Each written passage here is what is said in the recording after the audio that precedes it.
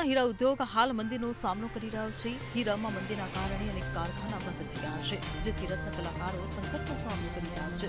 ત્યારે રત્ન કલાકારોએ સરકાર તાત્કાલિક મદદ કરે તેવી માંગ કરી હતી અને માંગ નહીં સંતોષાય તો 30 માર્ચે રત્ન કલાકારોની હડતાળ કરવાની ચીમકી પણ ઉચ્ચારી છે। ત્યારે આ ચીમકી બાદ આજે હીરા ઉદ્યોગમાં મંદીને કારણે કલેક્ટર સાથે ડાયમંડ ઉદ્યોગકારોની મીટિંગ મળી હતી, જેમાં અલગ અલગ મુદ્દાઓને લઈને ચર્ચા વિચારણા કરવામાં આવી। મળતી માહિતી મુજબ છેલ્લા 3 વર્ષથી ડાયમંડ ઉદ્યોગમાં મંદીનો માહોલ છે। ત્યારે કલેક્ટર સાથે ડાયમંડ ઉદ્યોગકારોની બેઠકમાં 3 મુદ્દાઓની ચર્ચા કરાઈ, જેમાં પહેલો રત્ન કલાકારો માટે કલ્યાણ બોર્ડની સ્થાપના કરવામાં આવી।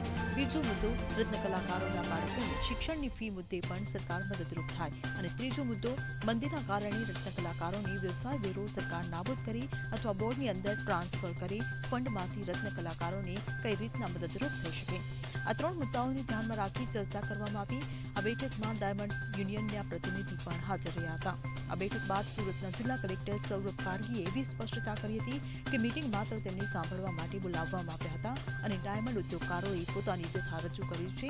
અમે તેને યોગ્ય ફોર્મ ઉપર રજૂ કરીશું।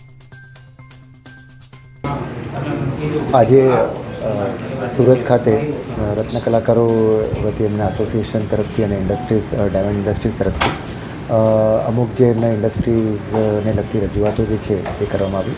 ગઈકાલે માનનીય મુખ્યમંત્રી શ્રી સમક્ષ પણ બધી રજૂઆત કરવામાં આવી છે અને રાજ્ય સરકાર ખૂબ જ પ્રશ્નોને લઈને સેન્સિટિવ પણ છે અને જેટલી પણ રજૂઆતો થઈ છે એ અમે સરકારશ્રીમાં પહોંચાડશું અને સરકાર તરફથી આમાં યોગ્ય નક્કર પગલાં લેવામાં આવશે। સર, કયા મુદ્દાઓને લઈને ચર્ચા થઈ? ઘણા બધા મુદ્દાઓની ચર્ચા થયા છે અને એમને જે એક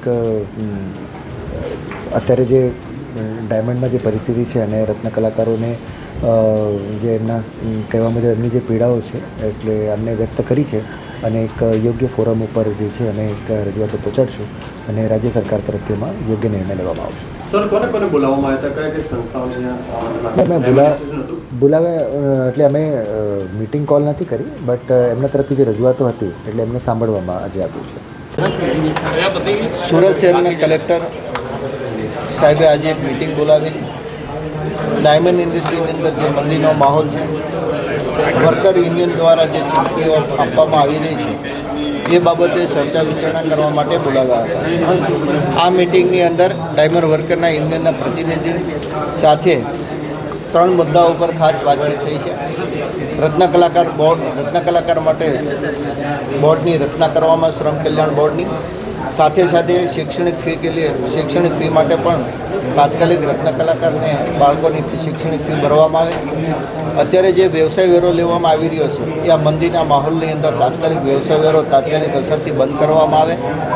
આ બાબતે ચોક્કસ મને ખાતરી છે કે જે પ્રમાણે કલેક્ટર સાહેબ રિપોર્ટ તૈયાર કરશે અને એ રિપોર્ટના આધાર ઉપર ગુજરાત રાજ્યના સીએમ શ્રી ભૂપેન્દ્રભાઈ પટેલ ખૂબ પોઝિટિવ રીતે આગળ વધી રહ્યા છે અને મને ચોક્કસ ખાતરી છે કે રત્ન કલાકારોને આ મંદીના માહોલની અંદર રાજ્ય સરકાર કંઈક ને કંઈક આર્થિક રીતે મદદરૂપ થશે એવી અપેક્ષાઓ હવે બંધાણી છે।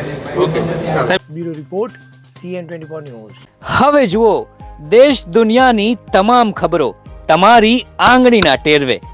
ઉઠાવો મોબાઈલ અને ગૂગલ પ્લે સ્ટોર પરથી ડાઉનલોડ કરો અમારી CN24 ન્યૂઝ મોબાઈલ એપ।